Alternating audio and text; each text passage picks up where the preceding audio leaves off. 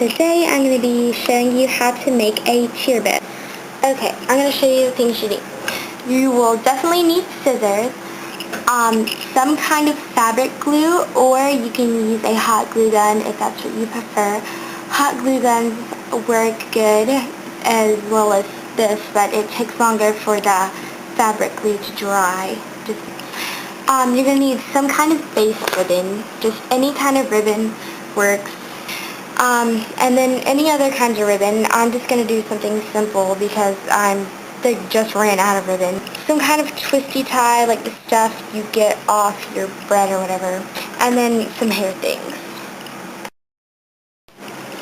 This is an example of what the ribbon looks like. You have your hair tie back here.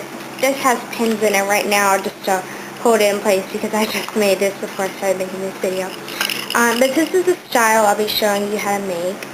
Okay, so first you'll want to measure out your base ribbon. You don't have to measure it, you just want to do however long you want to do it.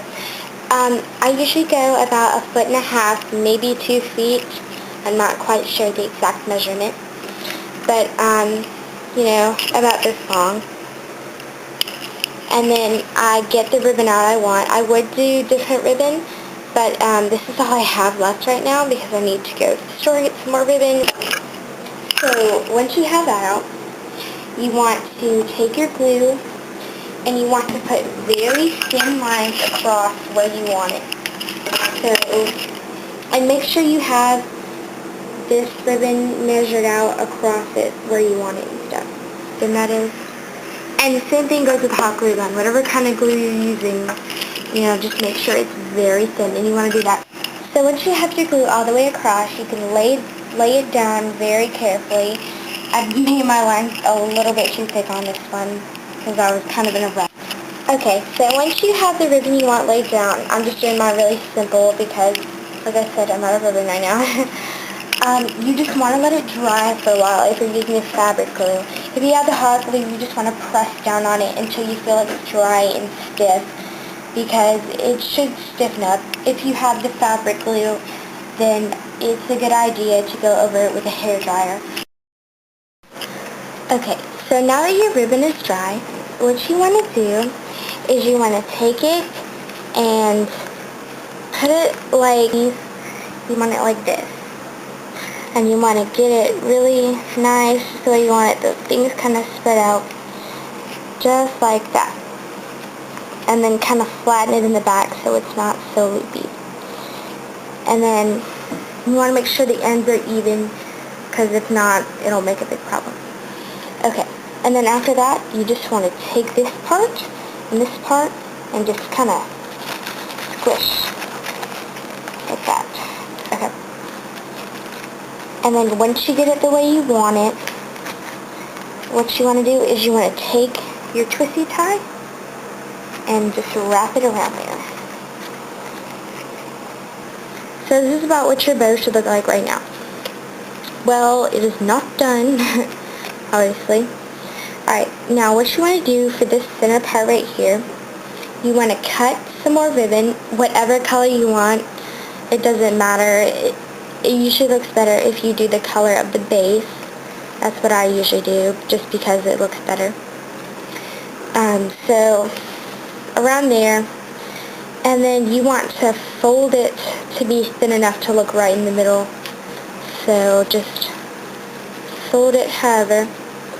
And personally, I think it's cute when you add like a color stripe down the middle, like I did right here, right there. So what I would do is I would just take that and glue that on there to put around. Okay, this is where it gets a little bit complicated. You have to be very careful. Okay, so you get your hairband in place, and then you want to stick this in the back first and kind of wrap it in the front, and then go around it really tight and make sure you pass through the hairband. You may have to adjust it because it may not stop where you want it to stop. Like right here, it's kind of stopping in the front, so I'm going to have to move it just a little bit, give it forward so it stops in the back. Because you don't want it to stop in the front or it'll look extremely sloppy. And make sure you don't forget to put your hairband back there. I've done that quite a few times and It's really hard to undo. So then you want to make sure that's glued in there. So just glue, unwrap it since you have it marked now. And then just glue down. Make sure you don't glue too far though, because then it'll be a mess. And please don't burn yourself with a hot glue gun. It hurts really bad. Like, for real. Okay.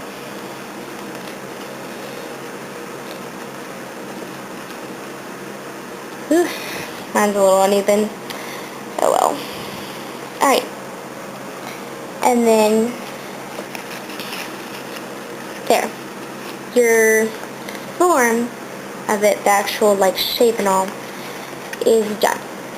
Now, you may choose to keep your edges flat, but I prefer them cut like this because I think it looks cuter, and that's just my opinion. You can do whatever you want.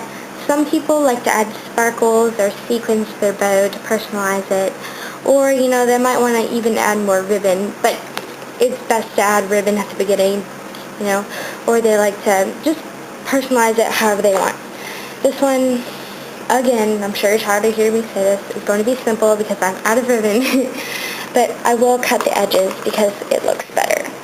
So, you don't have to measure. You can measure. You might want to measure just because you want to get it right or whatever. Okay, so after you have your edges cut, if you want or if you don't, your bow is pretty much done. If you're using fabric glue, it's a good idea to stick a pin or a few in right here until the glue dries, and then you can take it out. So you usually want to keep it in there like overnight, or for at least good 2 to 3 hours or so, just to make sure it's completely dry. And if you ever need to re-glue, you can just repeat that or whatever.